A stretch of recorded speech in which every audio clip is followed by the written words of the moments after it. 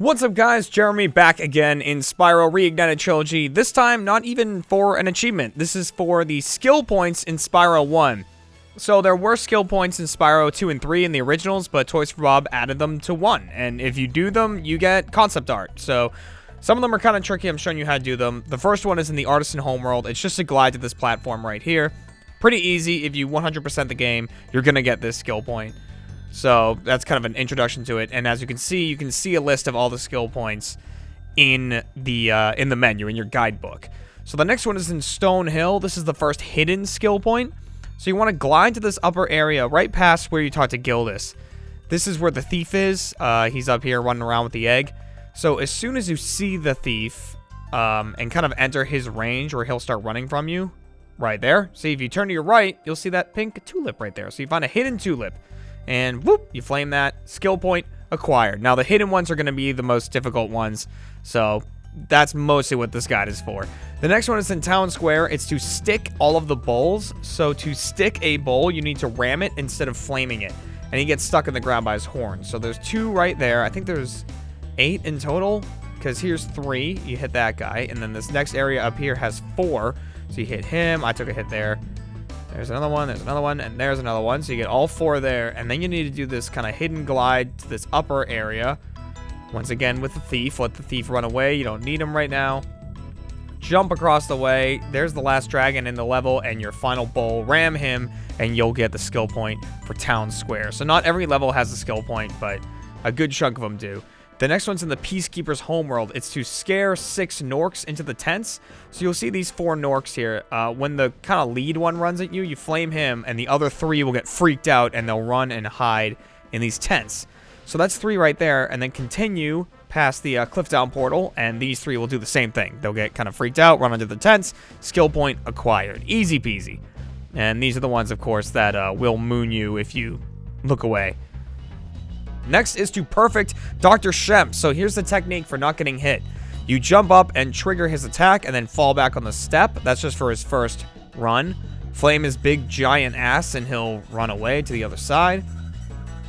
On the second hit, you're going to want to get right up close to him because he spins before his attack. So that's where you want to hit him right there. And then on the third one, you're going to want to be kind of medium distance from him, and you're going to jump over his attack to flame him. So, whoop, right over, flame him. Skill point acquired, just perfect Dr. Shem. Not too hard if you know his mannerisms and you know how his attacks work. The next one is your next hidden thing. It's the hidden painting in High Caves. So that's where the metal spiders are over there, right at the beginning of the level. Instead, you're going to go left, run all the way up here. There's going to be some of those frost wizards and the tornado wizards and all that good stuff. And then there's going to be these 2 platforms that the green druids are moving around. So I'm just kind of showing you where I am. So go to your first one. I almost missed that glide, but I didn't. Glide to your next one, and then you're going to glide into this room here, and the painting is actually inside of this room. So I'm going to jump across and turn around, and there it is up on the wall. That took me quite a while to find, actually, because I wasn't looking up enough to find where it was, and I missed that right there. But just jump up, flame it, and there is the skill point for High Caves, your second hidden skill point.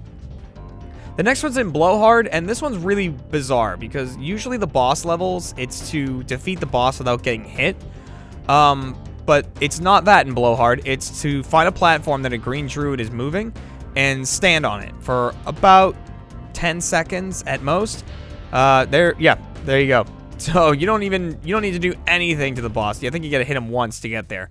The next one is gonna be in Terrace Village. This one can be kind of tricky. It's to get across the entire level, start to end, without ever getting electrocuted by the floors. So you can get hit by any other attack, but whenever you see one of these floors, you want to wait out the charge and then jump and hit these dudes with the shock batons to try to stop them from electrocuting the floor again. And so the last one is right at the end of the level. You hit him, and as soon as you enter the final room, your skill point will pop. Just don't take any floor damage. If you do, just exit the level, jump back in, and try it again. The next one is on Metalhead, and like most of the boss levels, it's to defeat him without getting hit. So the technique here is he's different from every other boss. He has these towers that are charging him up. So you got to destroy the towers, obviously, when they're not red. So one of the techniques here is that he can actually destroy the towers himself with his attacks. So if a tower is red, just stand behind it, and eventually he'll break it with one of his attacks. He'll throw one of the guys at you, he'll shoot a laser at you, something along those lines. So just keep destroying as many towers as you can. Don't get too cocky with it. If it's flashing red, I wouldn't recommend going for it. As you can see there, I saw that one was turning red, so I just let him destroy it. So you take out this one. There's the last one. I got plenty of time. Hit that. He'll go down. And then shortly after, your skill point will pop. Skill point acquired. Another perfected boss.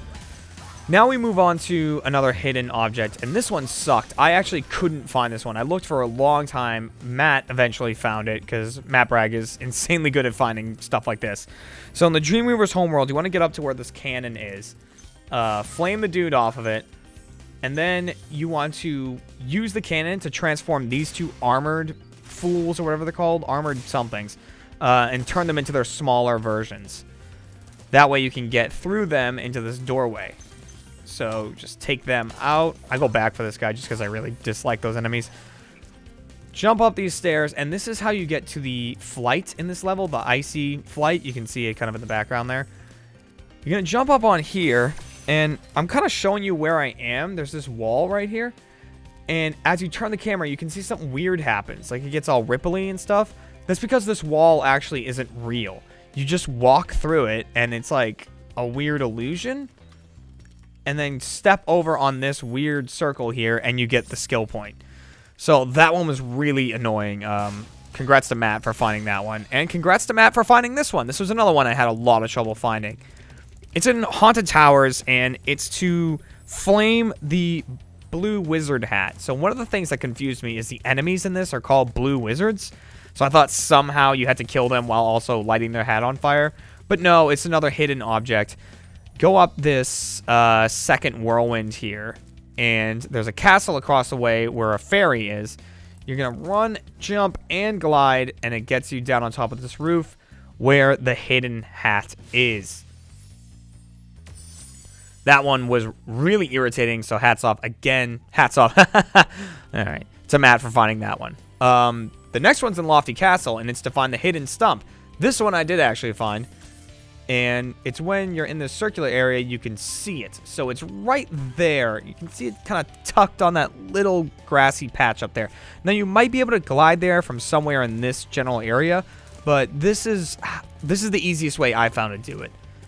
So keep moving forward, and you'll fly into this room that has this winding, like, catwalk area, or I guess just walkway. Mr. Walk Up Me, I'm a walkway. Get to the end, turn right, and glide to this grassy patch here. Then you're going to have to do one of your charge glides to get across to this one, and then glide around to the third one, and then charge the stump. And there's your skill point. So I think that was the last hidden one. So that's the last one that's super, super difficult. The last two are going to be the perfect bosses. So to perfect Jacques, you want to keep moving. So Jacques will stop and throw boxes at you. Anytime he stops on one of these kind of box platforms, you have to flame him before he hits you. So that's the second hit there. And he attacks very rapidly. So the key is just to always be charging at him, because it will interrupt his attacks rather than letting him get a shot off. You get that flame there. That's going to be the most dangerous spot, actually, because if he gets an attack off there, you really don't have anywhere to run. So that's the perfect shock. And the final one is the perfect Nasty Norc, the final boss. Now, in the originals, Nasty used to not attack you if you weren't looking at him. That's not the case in the Reignited. He will attack you even if you're not facing him. So what you want to do is get these thieves right away. Don't get any of the gems, because if you have your back to him and you're picking up gems, he can get a shot on you, and it's going to ruin the whole skill point. So you're going to want to get that first thief, come in here, get the second thief. Again, just leave the gems for later. I'm not saying you can't get them if you want to do the skill point. It's just don't do it now, because he attacks very often. Once you unlock this, he runs away, and he won't attack you anymore. So that's when you're going to want to go back and clear up the gems. This next part, you have to chase him along this track and stay very close behind him. So cut some corners where you can, charge the whole way, and then flame him when he gets to this platform. If you take too long, he'll jump down and start that lap again. And again, now is the time to go get gems. But if you don't want the gems, just run this way, and you got to get across these platforms as fast as possible. Staying close to him is going to be helpful because he can attack you at the end of this. And again, you don't have a lot of area to run. So it's right here. You can see him load up an attack, but I flame him before he gets the attack off. The skill point is acquired. And that is all the skill points in Spyro 1. For the most part, they're pretty easy, but some of the hidden ones can be tricky. And that will unlock this whole gallery of concept art. So I might do videos for the skill points in 2 and 3, but we're just kind of waiting on that to see what happens and if you guys actually want it. So thanks for watching, and see you in the next video.